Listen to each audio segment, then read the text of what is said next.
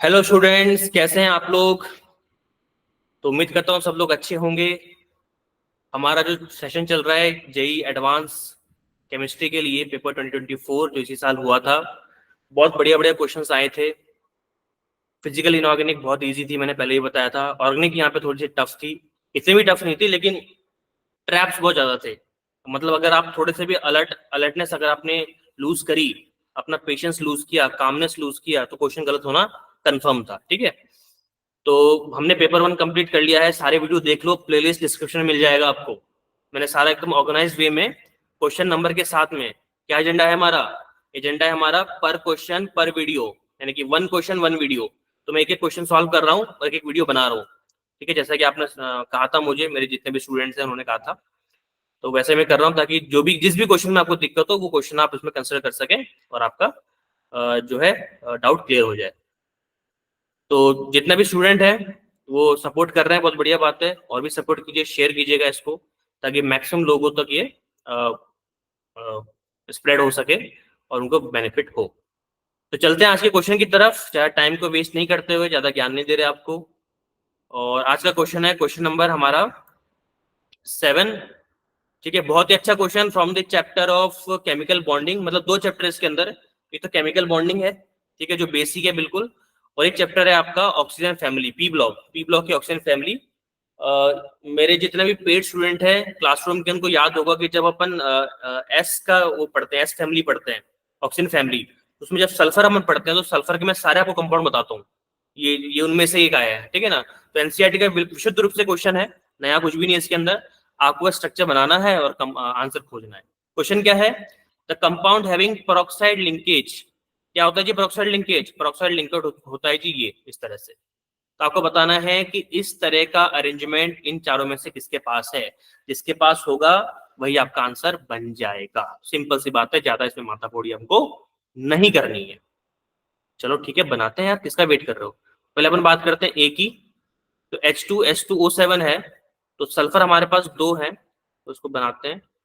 Double bond O OH, ये हो जाएगा आपका OS, double bond O, double bond OH। ठीक है, तो ऑक्सीजन हमारे पास में 1 2 3 4 5 6 7 और ये, ठीक है।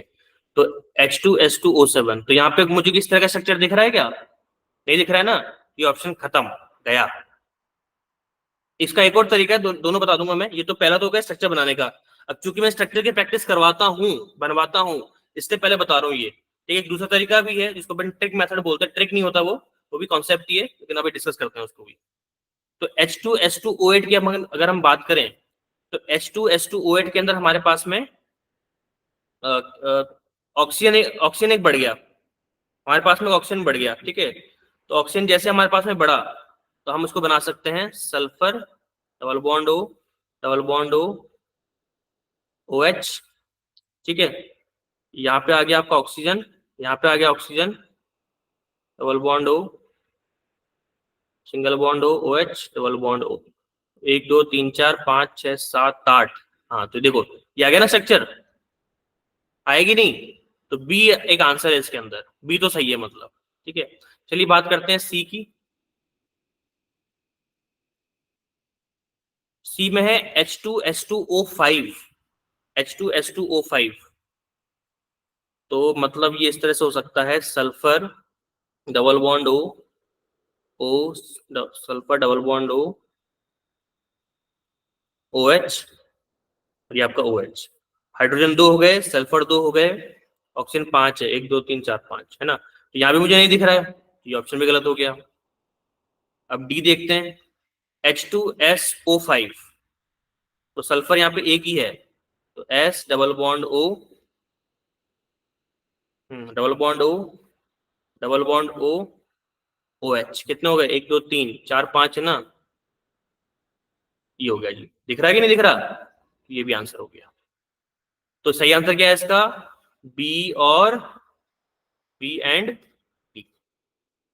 अब मल्टीपल चॉइस वाला है तो ऑब्वियसली बात है, बी डी आंसर यहाँ पे हो गया। ठीक है, तो पहला तरीका मैंने आपको बता दिया, क्या करके? स्ट्रक्चर बना के। मालूम पड़ गया ना? ठीक है। अब दूसरा तरीका, जिसको अपन कहते हैं ऑक्सीडेशन नंबर मेथड। अब यहाँ पे मैं आपको एक चीज बताता हूँ, मान लीजिए ऐसा कोई क्वेश्चन आए फ्यूचर में और आप स्ट्रक्चर बनाने में उतने ज्यादा कंफर्टेबल नहीं हो जितना मैं कंफर्टेबल हूँ, जितना बाकी लोग कंफर्टेबल है उतना अगर आप नहीं हो, लेकिन आप चाहते हो कि मुझे क्वेश्चन सही करना है, तो आप यहाँ पे यूज कर सकते हो oxidation number method. Oxidation number method, ठीक है। क्या बोलता है जी ये एक चीज बोलता है कि सल्फर जो है ना, सल्फर का ऑक्सीजन स्टेट जो हाईएस्ट होगा वो हाईएस्ट होगा जी +6। सल्फर का ऑक्सीजन स्टेट होगा +6, वो भी हाईएस्ट। बात समझ में आ रही है? इसके ऊपर नहीं जा सकता। अगर गया तो, अगर हाईएस्ट से ऊपर गया, अगर ये हाईएस्ट से ऊपर गया, इफ मोर देन +6, अगर +6 से ऊपर गया तो समझ जाने का, क्या समझ जाने का, ओ ओ ओ इज प्रेजेंट। समझ रहे हो कि नहीं समझ रहे हो? आपके पास सल्फर के इस तरह के कंपाउंड हैं, जैसे कि आप देख रहे हो 4 ऑप्शन में, ऐसे 2-3 और होते हैं। आपको क्या करना है, आपको निकालना है पेरोक्साइड लिंकेज अवेलेबल है कि नहीं, ठीक है। उसको चेक करने के 2 ही तरीके हैं। पहला स्ट्रक्चर विधि, जो एनसीईआरटी में भी है, आपको प्रैक्टिस भी करनी है। सबसे इजी मेथड है, फटाफट आपने स्ट्रक्चर बनाया, काम खत्म, मार्क कर दिया। मान लीजिए आपके स्ट्रक्चर भूल भाल गए या गलत आ गया या आपने प्रैक्टिस नहीं करी, लेकिन आप चाहते हो कि यार मेरा क्वेश्चन गलत नहीं होना चाहिए क्योंकि बहुत सिंपल क्वेश्चन है ये, मैं कैसे भी नहीं कैसे करके सही करना है मुझे, तो दूसरा तरीका हमारे पास में ऑक्सीडेशन नंबर विधि, ठीक है। और ये विधि ये बोलती है कि सल्फर +6 स्टेट ही शो कर सकता है। अगर आपने किसी भी कंपाउंड में सल्फर का ऑक्सीजन स्टेट निकाला +6, और अगर सल्फर +6 आ रहा है तब तो सब कुछ नॉर्मल है, उसके अंदर पेरोक्साइड लिंकेज नहीं होगा। लेकिन अगर गलती से आपका ऑक्सीजन स्टेट +6 से ज्यादा आ गया, +7, +8 ऐसा कुछ, तो समझ जाओ कि उसके अंदर पेरोक्साइड लिंकेज कंफर्म होगा। बस क्वेश्चन सॉल्व हो जाएगा। ट्राई करें? ट्राई कर लेते हैं जी, ट्राई करके दिखाओ। ऐसे क्या तुम थ्योरी बोलते रहते हो, ट्राई करके बताओ, एग्जाम्पल दो, इसमें ट्राई करो। कर देते हैं यार, ऐसा नाराज क्यों हो तुम? देखो ये +1 है, ये आपका -2 है, ऑक्सीजन का -2 होता है, इसका पता नहीं तो अपन इसको x मान लेते हैं। तो अगर मैं इसको सॉल्व करूंगा, ये हो जाएगा आपका +1 × 2 +2x +7 × -2 = 0। तो 2 + 2x - 14 = 0। तो ये हो जाएगा, x की वैल्यू कितनी आ गई बताइए? x की वैल्यू आ गई आपके पास में 12 और ये 6 +6 आ गई। +6 है तो सब कुछ ठीक है। मोर देन 6 नहीं होनी चाहिए। मोर देन अगर 6 हुई तो पेरोक्साइड लिंकेज होगा, 6 तक है तो कोई दिक्कत नहीं है, इसलिए ऑप्शन कट गया। ओके चलिए, अच्छा बी में ट्राई करके दिखाओ। बी में दिखा देते हैं यार, नाराज क्यों हो रहे हो तुम? चलो बी में दिखाते हैं। तो अगेन 2 × 1 +1 मतलब +2x +8 × -2 = 0।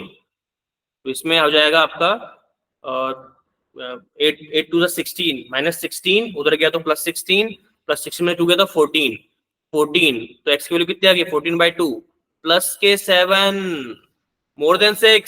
सुन लो, +7 आ गया, मोर देन 6 मतलब इसके अंदर पेरोक्साइड लिंकेज होगा। ऑप्शन बी तो है, ठीक है। आगे ना यूज, चलो सी में करके दिखाओ, अभी दिखा देते हैं। तो ये अगेन 2, ये 2x, ये 5 2 -10 उधर गया तो प्लस का 10 हो गया 8। तो 8 / 2 कितना होता है? 8 / 2 4। तो यहाँ पे इसका आ रहा है x की वैल्यू कितनी आ रही है +4, नहीं 6 से ऊपर नहीं है, तो ये भी क्रॉस हो गया। अच्छा चलो डी में करके दिखाओ। डी में देखो करके दिखाओ फटाफट, अभी दिखा देते हैं। तो 2, ये x, ये 10, तो 10 उधर गया तो प्लस का 10, फिर 10 - 2 8, कितना आ गया? आंसर आ गया। ठीक है, पढ़ के कलेजों को ठंडक। तो जिनको भी स्ट्रक्चर में दिक्कत आती है वो ये तरीका आराम से यूज कर सकते हो, बहुत ही अच्छा तरीका है क्वेश्चन को सॉल्व करने का। 99.99% इसकी एक्यूरेसी है, ऑलमोस्ट 100 के आसपास ही है। एक दो में कभी दिक्कत आया तो बात अलग है, बाकी कभी आएगा नहीं। ठीक है जी, thank you so much everyone. हमने क्वेश्चन सॉल्व कर लिया दोनों तरीकों से, और मैं चाहता हूं दोनों तरीके आप यूज करो इन फ्यूचर।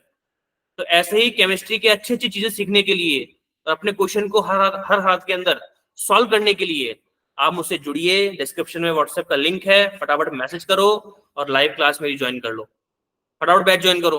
ठीक है, चलिए, thank you so much everyone, मिलते हैं नेक्स्ट सेशन में।